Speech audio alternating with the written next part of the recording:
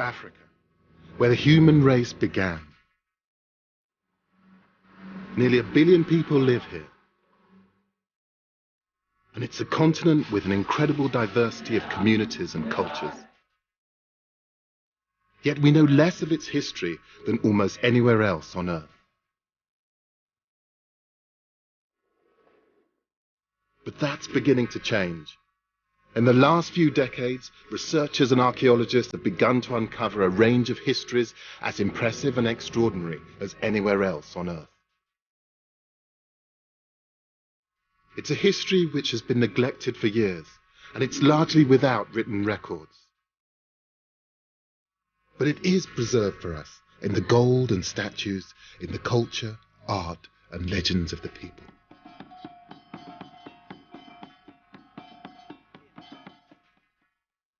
My name is Gus Casely Hayford. Over many years, I've studied the history and culture of Africa. As an art historian, I'm used to drawing stories from mute objects from the past. I'm going to discover the history and find out what really happened to the lost kingdoms of Africa.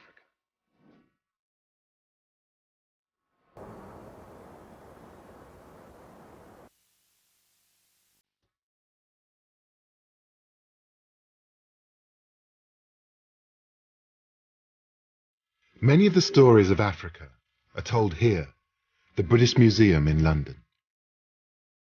This is where thousands of artifacts, collected, bought, and taken from the continent, ended up. When they were first discovered, objects from the ancient kingdoms of West Africa stunned the world. None more so than these extraordinary plaques. They came from what was once the Kingdom of Benin, and are around 500 years old. When the British came upon these objects in 1897, they thought there's no way they could have been created by Africans. They were amazed at the detail and the intricacy. They were seen as being something completely revolutionary to the British, and you can understand why. These aren't carvings. They're 16th century casts in copper-rich alloys of brass and bronze. Over 900 plaques are thought to have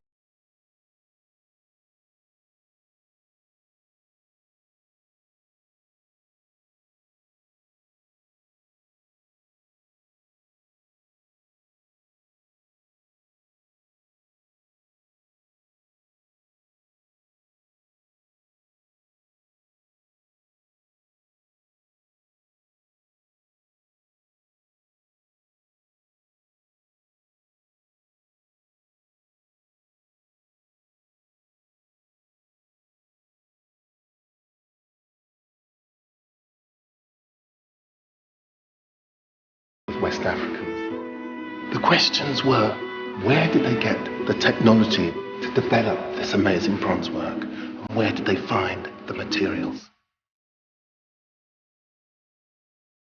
But the clues to how such artifacts were manufactured are there for the finding.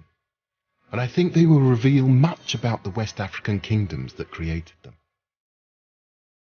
I want to know why they were made, what they mean, and what that tells us about the time and place they were produced. And there are some symbols that seem to reoccur. The leopard, the snake, the crocodile, so obviously they were very important. I want to find out what they mean and why they were so important to these people. These recurring images remind me of the symbolic motifs in Renaissance art. I think they carry hidden layers of meaning beyond the understanding of the imperialistic Brits.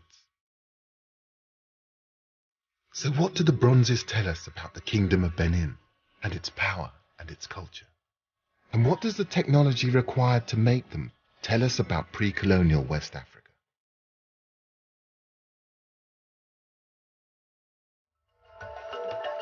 I'll travel to modern-day Nigeria, where the Kingdom of Benin reached its height in the 16th century. And I'll reach even further back in time, and explore a panoply of ancient cities and kingdoms in West Africa, founded many centuries before Benin. I look for evidence in what's now Mali of how ancient culture and technologies made Benin and its bronzes possible.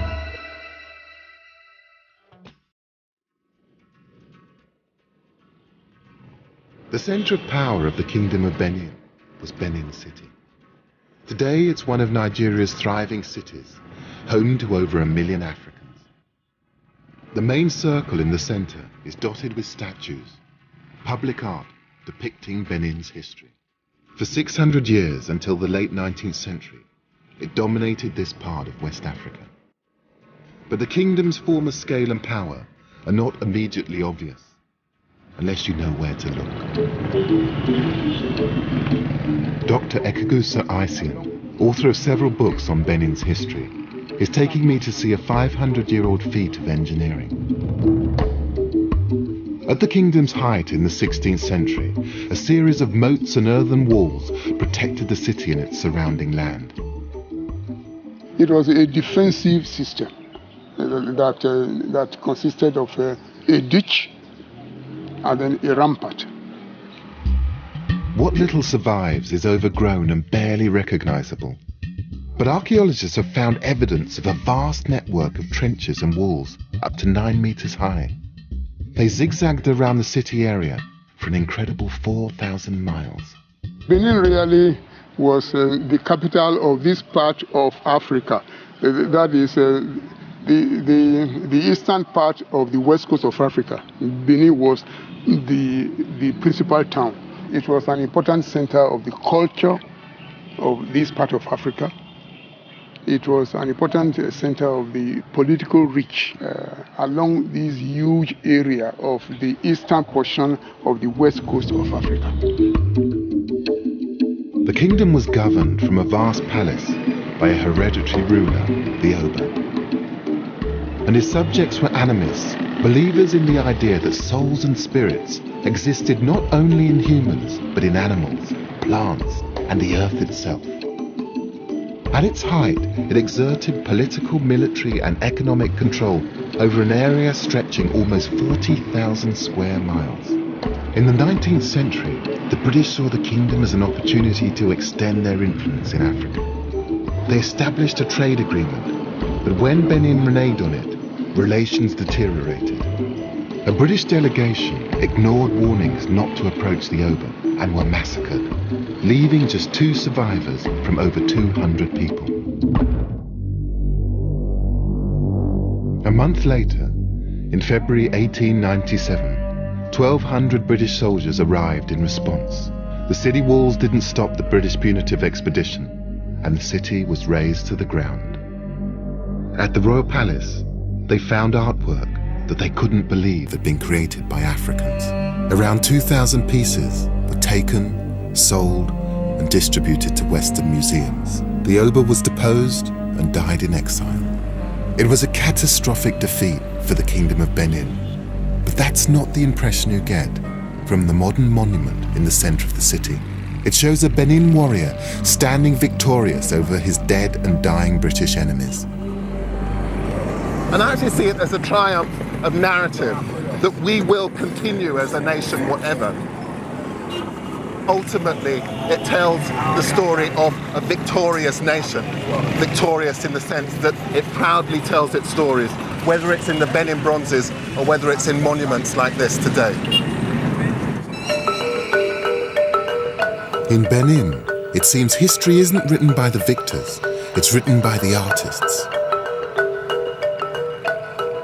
And the Kingdom of Benin disappeared only for a short time.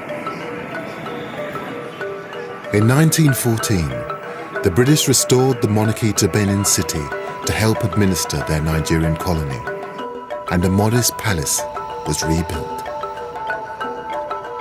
The traditions of the kingdom that have survived are maintained from an enclave in the city centre. I've been granted a royal audience, an opportunity to attend the Oba's court, where hereditary and appointed chiefs gather each day. When His Royal Majesty the Oba of Benin enters, the chiefs greet him, with God Save the King.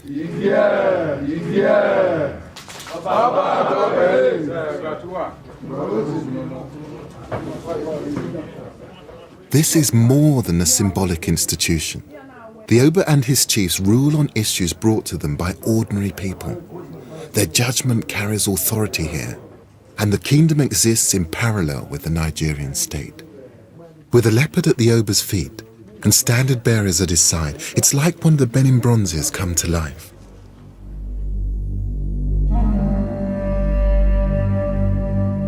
This is the kind of occasion he believes the plaques were designed to mark.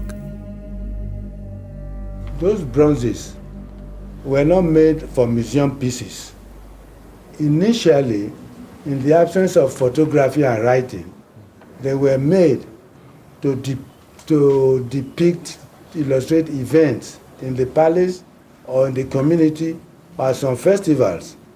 That's why you see them. They were made as, in the absence of photography. That's what they were meant for initially. Yes. And how important are the bronze casters, the smiths, the people who actually make these objects? They are a guild of a royal guild, specifically to be doing this thing in the olden days. The Bronze Casters Guild exists today. Their main business is tourist souvenirs, but the makers are still an exclusive group of craftsmen with high social status. Membership of the Royal Guild is hereditary. Ikpongwusa Ine's family have been bronze casters for as long as anyone can remember.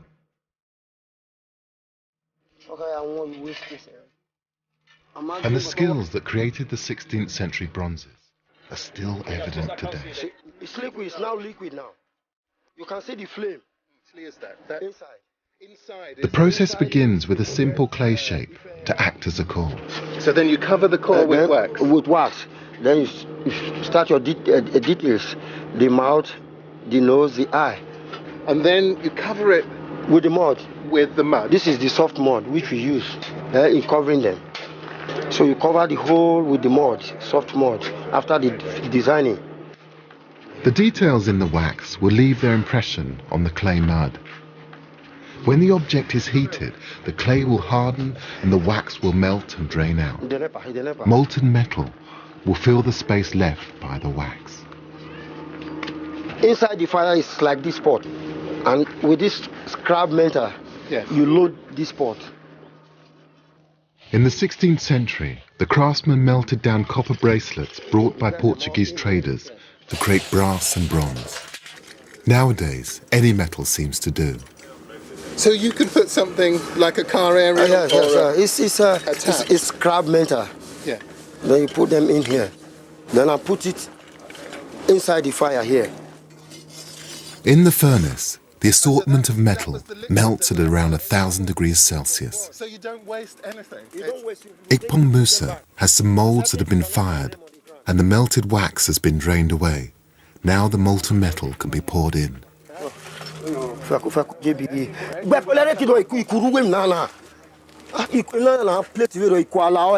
It's just amazing to think that these processes haven't changed for hundreds of years. No, it doesn't change. But the thing is, it still feels totally relevant as well. Very. The same way in 100 years ago, the same way today. The same processes from one stage to another, from one stage to another, is the same process. And in terms of the relevance, is it still there? Do people still feel these are important? Very.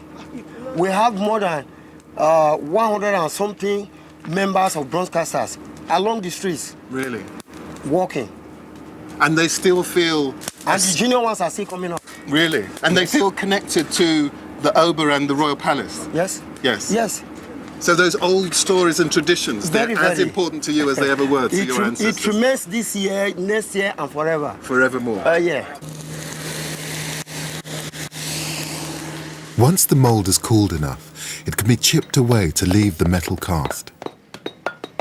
It strikes me that Ikpongwusa and his fellow bronze casters have an impressive range of skills. They need to understand pottery, metallurgy, and have artistic ability. And the same skills would have been required 500 years ago to cast the Benin bronzes. something the Victorians could hardly believe. Oh, I'm beginning to see what it is now. It's hands praying. It's a prayer hand. I see. It's a prayer hand. A Christian ornament which has been created using a centuries-old technique.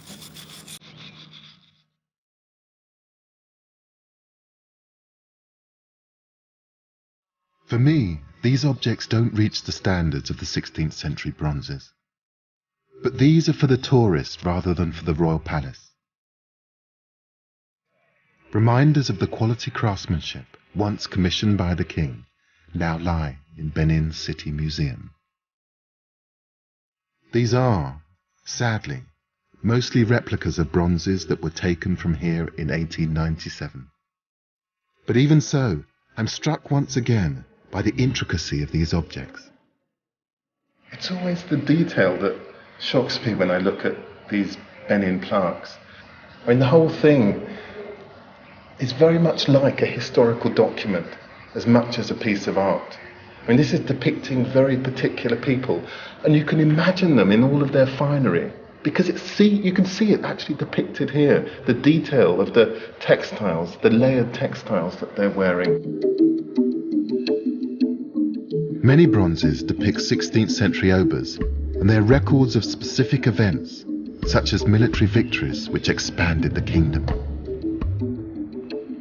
This, for me, will be Oba Essegy returning from fighting the Agana triumphant with his retinue. Oba Essegy bolstered the kingdom with the help of the Portuguese, who provided weapons and mercenaries for battles. Many of the plaques were made during his reign. The Portuguese also brought the metal, which enabled the bronze casters to immortalize his exploits. But this craft predates the arrival of the Portuguese, so there must have been another source of copper for the bronzesmiths. And while the bronzes were records of the kingdom's histories, I think they were also more than that. I want to find the origin and meaning of the symbols depicted in them, like this magnificent leopard and the snake which appears on the roof of the Oba's palace. I also want to find out how the culture and technology spread. The answer may lie in West Africa's dynamic and lost civilizations. For 1,000 years before the rise of Benin, West Africa had seen several overlapping kingdoms rise and fall. They had no fixed boundaries or singular ethnic identity. They were held together by the trade routes they sought to control. The 14th century saw one kingdom in particular flourish, the Empire of Mali and its city, Timbuktu. I'm going there to see whether there's any evidence that points to the development of Benin craftsmanship 500 years ago. In the 1300s, Mali was the most powerful kingdom in West Africa. Its emperor, Mansa Musa, was at one time thought to be the richest man in the world, famed for his vast gold reserves and for sending envoys to European courts.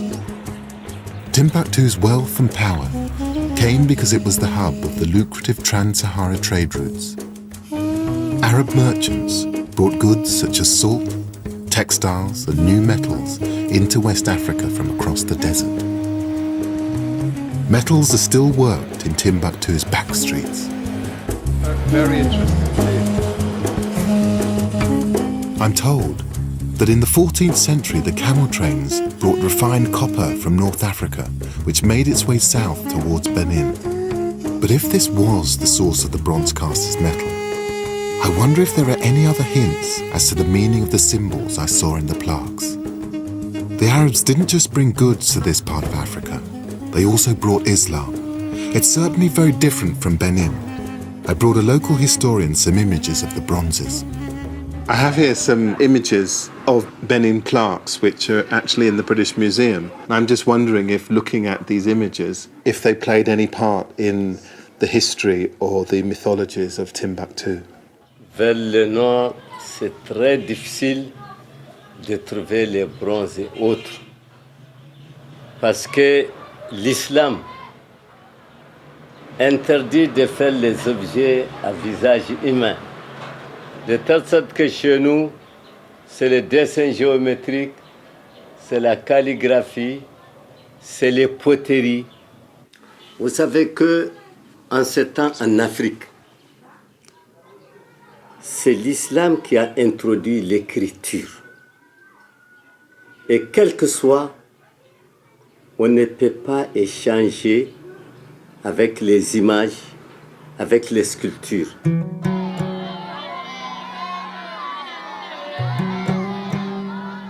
Timbuktu's storytelling is owned by teachers and scholars from the libraries and the ancient university, not by guilds of craftsmen.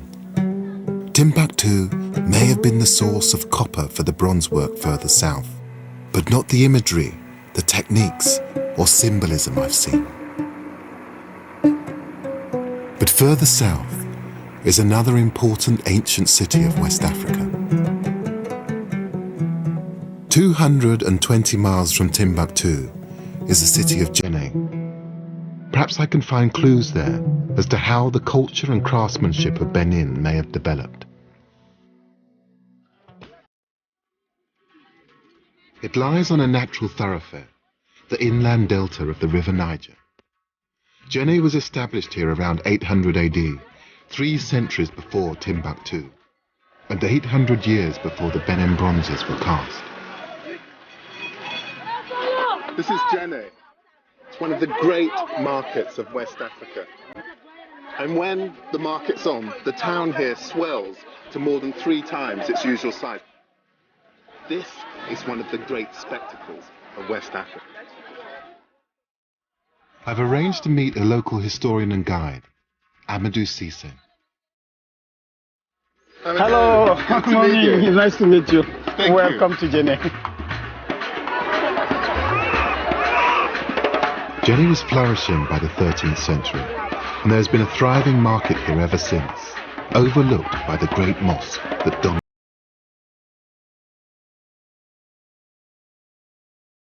But it isn't just a local market. Djenné has long been connected with far-flung destinations, and the proof is on the market stalls themselves. These are beautiful beads. Yeah, those are the old beads. These are old. Because I know that there are beads that have been found here that Yes. are more than 2,000 years old. Of course. That may have come from India or China. Of course. So they collect, they found one bead, one, another, and they put it together and make them necklace. At its peak, it was without doubt one of the great markets of West Africa.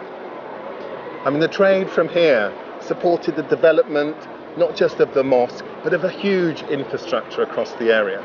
And it drew people from miles around.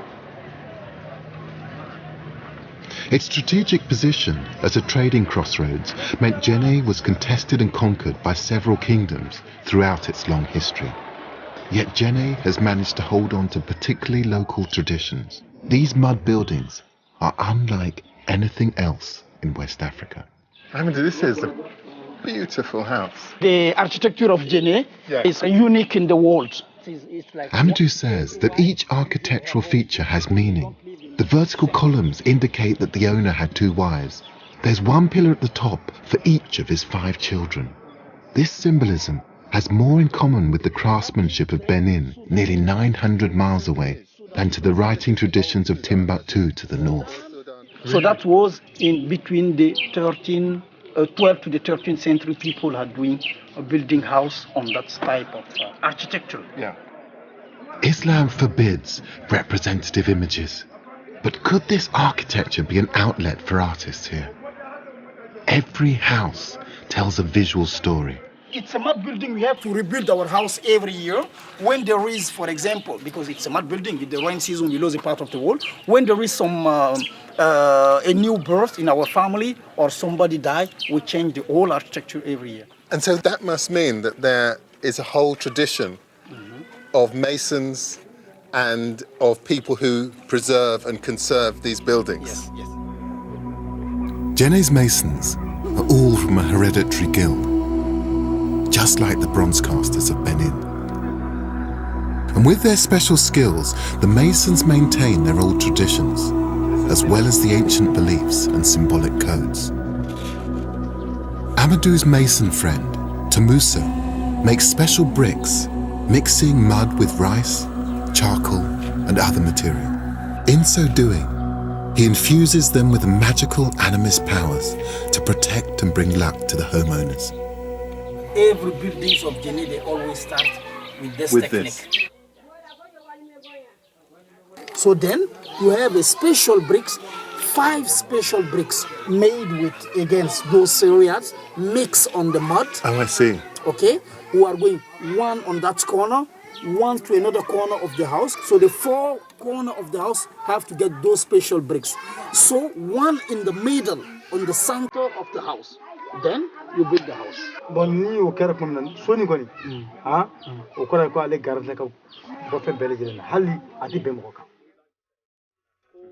This is the animist belief that spirits can be found in earthly materials and in animals.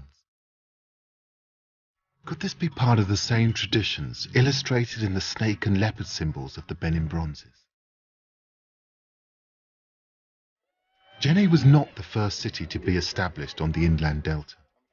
Less than 2 miles away lie the remains of the oldest known city in sub-Saharan Africa, Djenné.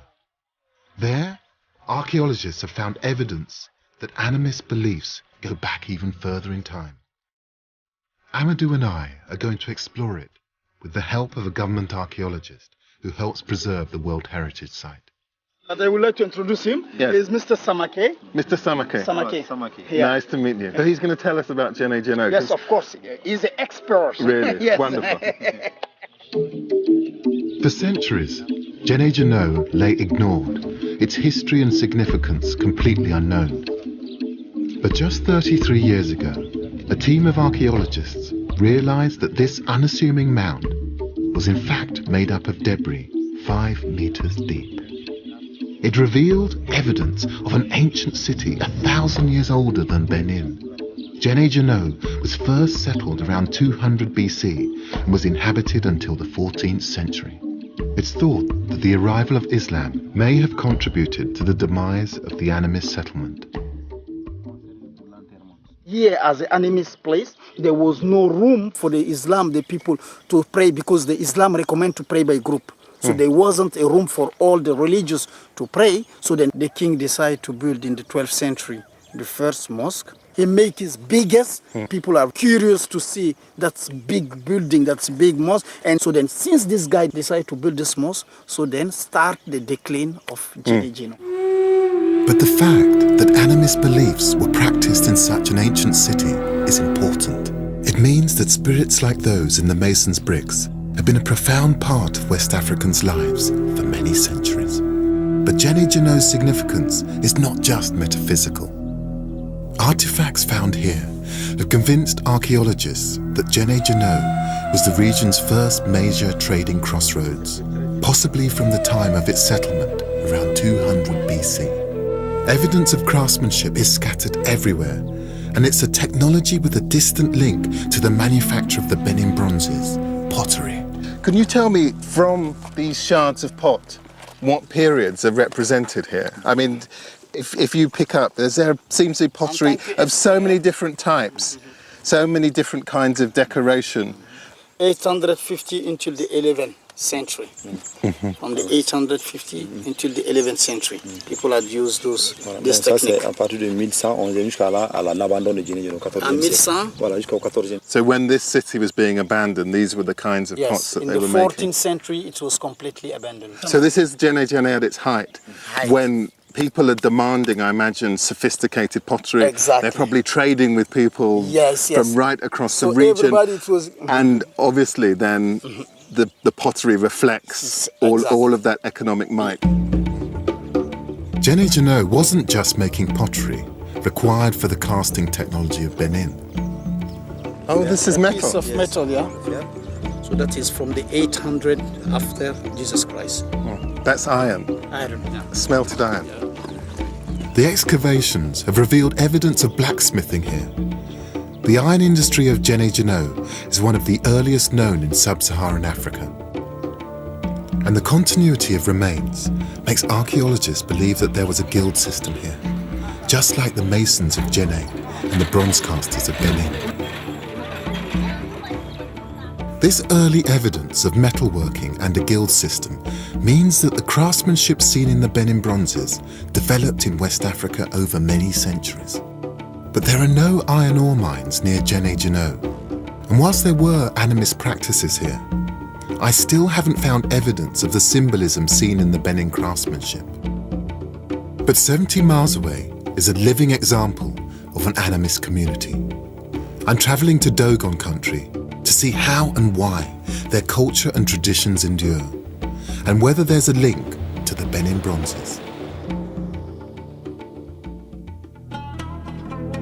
The Dogon live in a succession of small villages, clinging to the lower reaches of the Bandiagara escarpment. It's a spectacular 150-mile-long sandstone ridge that rises above the savannah.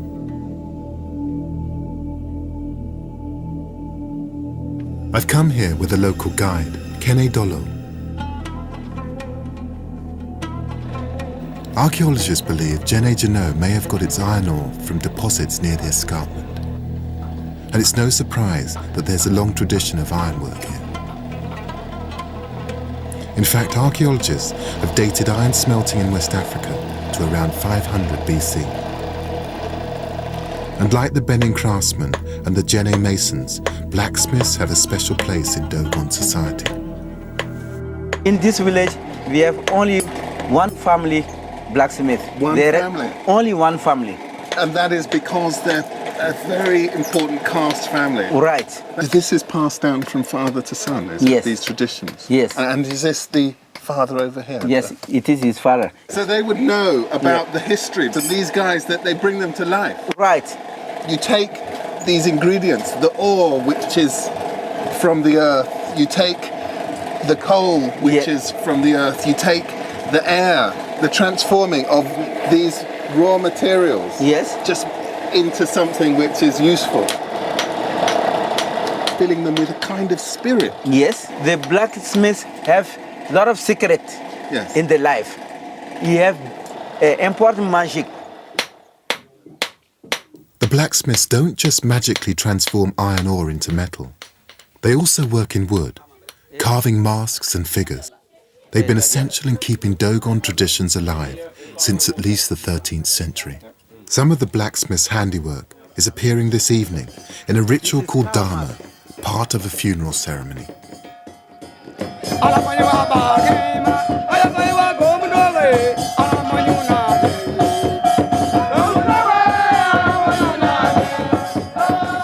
The Dogon may date back as far as 10,000 BC. No one's certain.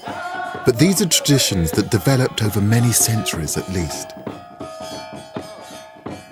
Could this be the system of symbols I'm looking for? The beginning of an artistic tradition that leads to the bronzes. This ceremony is to lead the soul of a recently deceased elder to his final resting place. It certainly contains echoes of the plaques.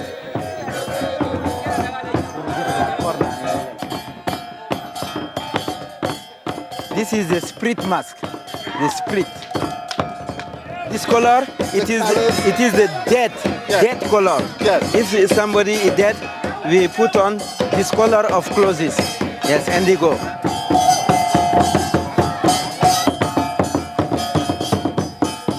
He represents the heron, the four mask. The feet, he represents the heron feet. It is elegance. They are very elegant, just like herons. Yes, yes. This is a vibrant illustration of animist practices. In wearing the masks and costumes, the Dogon take on the character of the spirit they believe each animal possesses. Dogon tradition says that they migrated to the escarpment centuries ago from the Mandem Mountains, 400 miles away, because of the spread of Islam. They sought somewhere they felt secure to continue their animist traditions without the fear of being converted. These are snakes? Yes, it is snake, the two masks. Yes.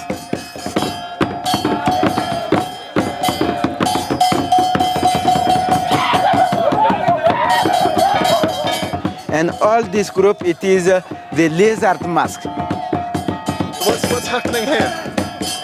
He's dancing to goodbye the bad spirit to go away from the village. Yes, because he touched the ground. to clean the village. Bad things go away. Oh, bad, this is warding away all the evil. Yes, yes.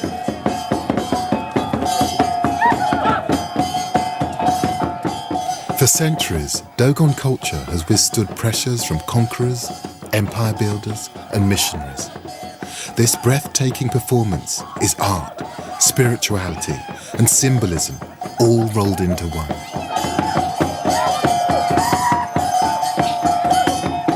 And I've seen dancing all over Africa, but that was absolutely the most spectacular that I've ever seen.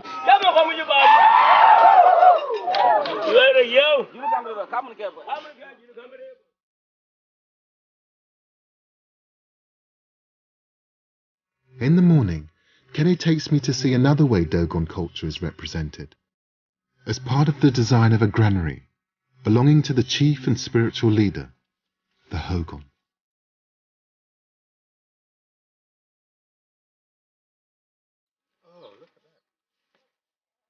This is the granary door. I see. The door for the granary. You see? This is the Ogon. Yes, it is the older person in the village. And all this group of masks represents the Kanaga mask. Oh, the mask with the lizard on the top. Yes, yes. And these are the lizards. It is a lizard. Being danced by these men down here. Yes. And this is the head of the lizard. And this direction represents the sky. The door isn't just about spiritual belief. It also commemorates the trek undertaken by the Dogon people from their original homeland around the 13th century. This is the 8th family Dogon come from Manding to here. So these are the original people who migrated all the way from the Manding down into the Dogon. He walked to Manding by feet to be there. So this is a piece of history. This is history. Yes. This is in wood. Yes, in wood, and it is the acacia wood. We take some piece to make a door with a Dogon history to give the old information to the young generation. Yes, to didn't lose our culture. Here, 800 miles from Benin, is a living example of the same kind of history and storytelling as we find in the bronzes. The techniques may be simpler, but the purpose seems strikingly similar. The determination to record cultural heritage is common to the Dogon, the Benin craftsmen, the Jenne masons, and the guilds of blacksmiths in West Africa. The need to maintain their identity was vital when kingdoms, new religions, and centers of power were fluctuating over the centuries.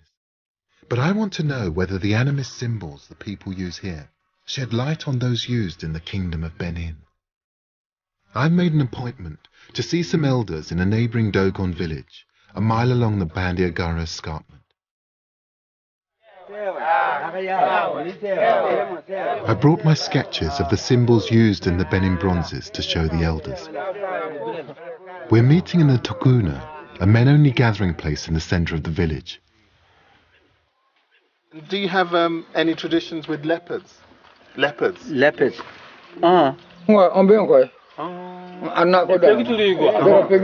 Which man? Yes, this man.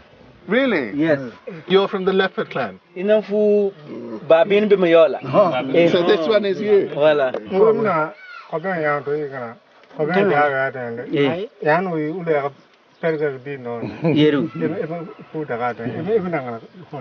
In the village, in his family, if one person have to die soon, the leopard come in the night to the roof. He climb into the roof and. Oh really? And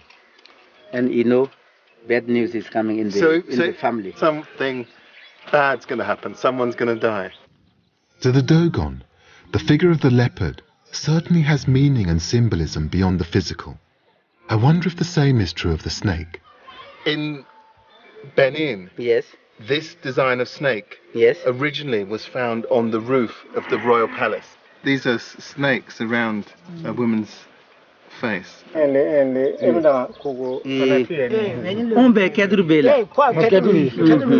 This is bronze. Metal.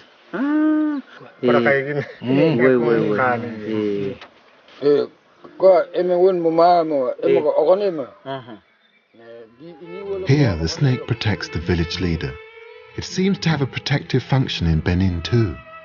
500 years and 800 miles away from the Benin bronzes, the Dogon people attach meaning to the snake and the leopard that chime with those on the plaques. And there's also evidence of indigenous development of metalworking skills throughout the region. But the bronze casters of Benin needed to know about more than metallurgy. To create a cast, they first had to make a mold. That required the knowledge to manipulate clay.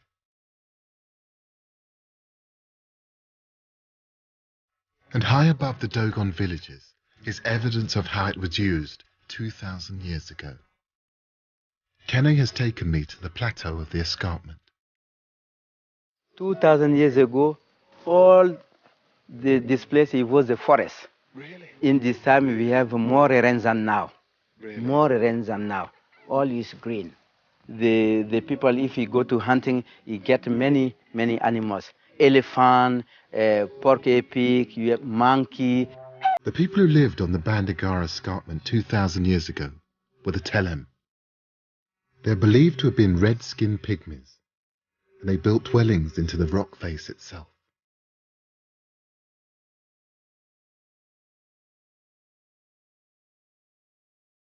A belief endures that the Telem had the power of flight, and I'm beginning to understand why.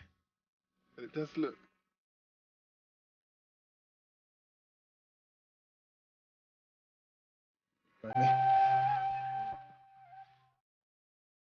Nestled under the cliffs are one of the wonders of West Africa.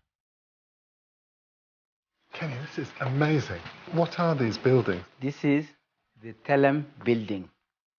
The Telem live here 2,000 years ago. Here it is a Telem granary. The granaries were built using rich mud from termite mounds. This material and the natural shelter provided by the cliffs means they're extremely well preserved. In some of building, you put the fruit from the tree, because we have the forest close to them, and you take a lot of fruit. You eat some, and the rest you keep inside. So this would be a way of storing food, grain, so that in a difficult year, right, you would be okay. Yes. It's not just about kind of survival. Yes. This is about flourishing. Yes. These structures are not just beautifully built, they've been decorated too. And the outer surface of these granary stores are just covered in these finger marks. It's just wonderful to be able to actually place your fingers in the marks made by someone possibly 2,000 years ago. It suggests that the people who lived here could think about more than simple basic needs. This is a kind of renaissance, a moment when things changed. With the development of these granary stores, the Telem no longer just had to be hunters and gatherers. They bought themselves the time to create art. Archaeologists have found carved headrests, jewellery, and even metalwork here. The Telem vanished from this area centuries ago. No one knows why. But the fact that jewellery and decoration appeared here 2,000 years ago is significant.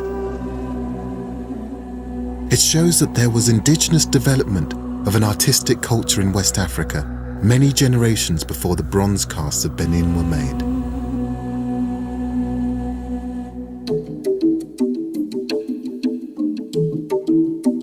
And nearby, some astonishing discoveries have revealed further evidence of craft. They may force experts to rewrite the history of West Africa's development. At a place called Onjugu, the past hasn't been dug up by archaeologists. It's been revealed by nature. It's hard to believe, but within living memory, it was impossible to stand where I'm standing now. The water levels of these two rivers used to be much, much higher. But after a huge storm, the rivers broke their banks. They changed course. And what they revealed in the mud has changed. archaeology.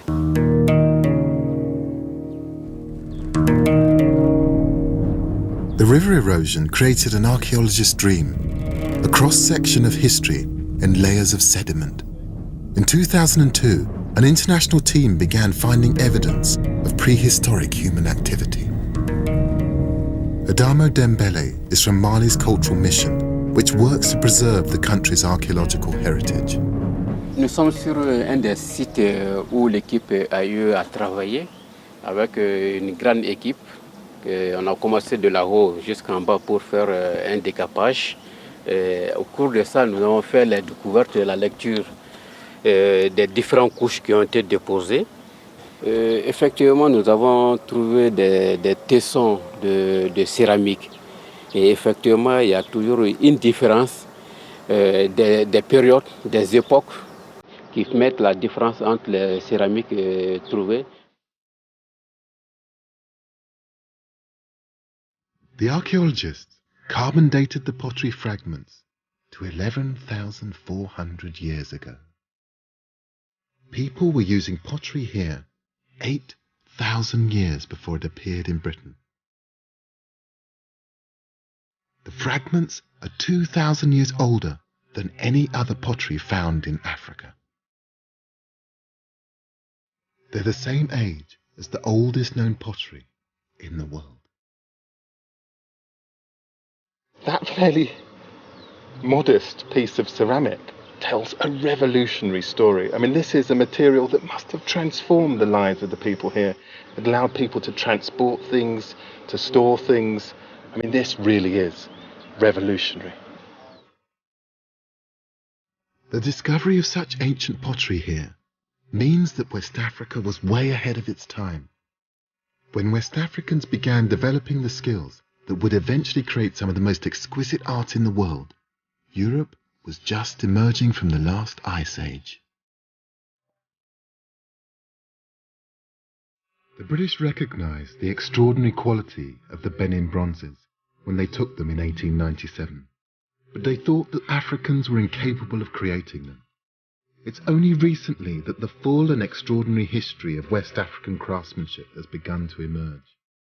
Now we can see how the bronzes give us an insight not just into the Kingdom of Benin, but into a wider history. With fluctuating centres of power, cultural identity in West Africa was more important than a sense of nationhood. The bronzes show us the power of the Oba and the spirits that protected him and his people. And they're the culmination of important indigenous developments over thousands of years throughout this part of the continent. The kingdoms of West Africa share many important aspects: pottery, ironwork, but also a history of telling their story through art. These things were, and always will be, truly African.